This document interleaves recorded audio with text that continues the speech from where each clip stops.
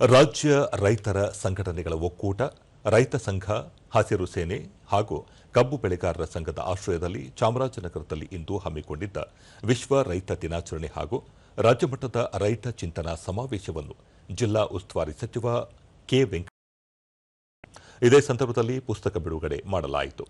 ಈ ವೇಳೆ ಸುತ್ತೂರು ಮಠದ ಶಿವರಾತ್ರಿ ದೇಶಿಕೇಂದ್ರ ಸ್ವಾಮೀಜಿ, ಶಾಸಕರಾದ Puttarangashetty, A R Krishnamurthy, H M Ganesh Prasad, K. Shivakumar, ಜಿಲ್ಲಾಧಿಕಾರಿ ಶ್ರೀರೂಪ, ಜಿಲ್ಲಾ ಪೊಲೀಸ್ ಅಧೀಕ್ಷಕ ಮುತ್ತುರಾಜ್, ಕೊಡಗು ವಿಶ್ವವಿದ್ಯಾಲಯದ ಕುಲಪತಿ ಪ್ರೊಫೆಸರ್ ಅಶೋಕ್ ಎನ್ ಆಲೂರ ಸೇರಿದಂತೆ ಮತ್ತಿತರರು ಉಪಸ್ಥಿತರಿದ್ದರು.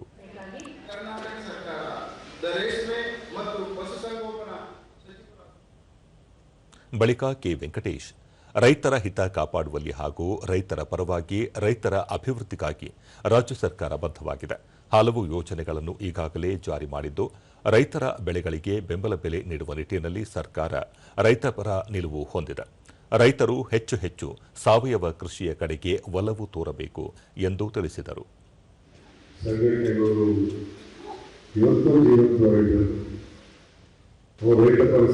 ಸಮಸ್ಯೆಗಳು ಬಂದಾಗ ರೈತರ ಪರವಾಗಿ ಹೋರಾಟ ಮಾಡತಕ್ಕಂಥ ಸರ್ಕಾರದ ಗಮನಿಸಬೇಕಂತ ಕೆಲಸವನ್ನು ನಿರಂತರವಾಗಿ ಮಾಡಿಕೊಂಡು ಬರಬೇಕಂತ ಕೆಲಸ ಯೋಚನೆ ಮಾಡ್ತಾರೆ. ಎಆರ್ ಕೃಷ್ಣಮೂರ್ತಿ, ಗುಂಡ್ಲುಪೇಟೆ ಭಾಗಕ್ಕೆ 450 ಕೋಟಿ ರೂಪಾಯಿ ವೆಚ್ಚದಲ್ಲಿ ಕೆರೆಗಳಿಗೆ ನೀರು ತುಂಬಿಸುವ ಯೋಜನೆಗೆ ಅನುಮೋದನೆ ನೀಡಲಾಗಿದ್ದು, ಈವರೆಗೆ 600 ಕೋಟಿ ರೂಪಾಯಿಗೂ ಅಧಿಕ ಹಣ ಬಂದಿದ್ದು, ಮುಂದಿನ ದಿನಗಳಲ್ಲಿ ಜಿಲ್ಲೆಗೆ ಇನ್ನಷ್ಟು ಅಭಿವೃದ್ಧಿ ಕೆಲಸ ಕಾರ್ಯಗಳು ಆಗಲಿವೆ ಎಂದರು. ರೈತಾಪಿ ವರ್ಗದ ಜನಗಳ ಕಲ್ಯಾಣಕ್ಕೋಸ್ಕರ ರಾಷ್ಟ್ರ ಮಟ್ಟದಲ್ಲಿ ಅನೇಕ ಯೋಜನೆಗಳನ್ನ ಜಾರಿ ಮಾಡತಕ್ಕಂಥದ್ದು ನಾವೆಲ್ಲರೂ ಕೂಡ ಬಲ್ಲವರಾಗಿದ್ದೀವಿ. ಶ್ರೀರೂಪ, ಮಹಾತ್ಮ ಗಾಂಧೀಜಿಯವರ ಆಶಯದಂತೆ ದೇಶದ ಆರ್ಥಿಕ ಬೆನ್ನೆಲುಬು ಕೃಷಿ ಮತ್ತು ರೈತರೇ ಆಗಿದ್ದಾರೆ. ಗ್ರಾಮ ಸ್ವರಾಜ್ಯದ ಸಾಧನೆಗೆ ರೈತರ ಸಹಕಾರ ಅತ್ಯಗತ್ಯ ಎಂದು ಹೇಳಿದರು. ತಾವೆಲ್ಲ ಇಷ್ಟೆಲ್ಲ ಉತ್ಸುಕರಾಗಿ ಸಂಘಟಿತರಾಗ್ಬಿಟ್ಟು ಕೃಷಿಗೆ ಇಷ್ಟು ಉತ್ತೇಜನವನ್ನು ನೀಡ್ತಾ ಇರೋದು ಇದೊಂದು ಹೆಮ್ಮೆಯ ಸಂಕೇತ ಅಂತ ಹೇಳ್ಬಿಟ್ಟು ನಾನಾದ್ರೂ ಭಾವಿಸ್ತೀನಿ.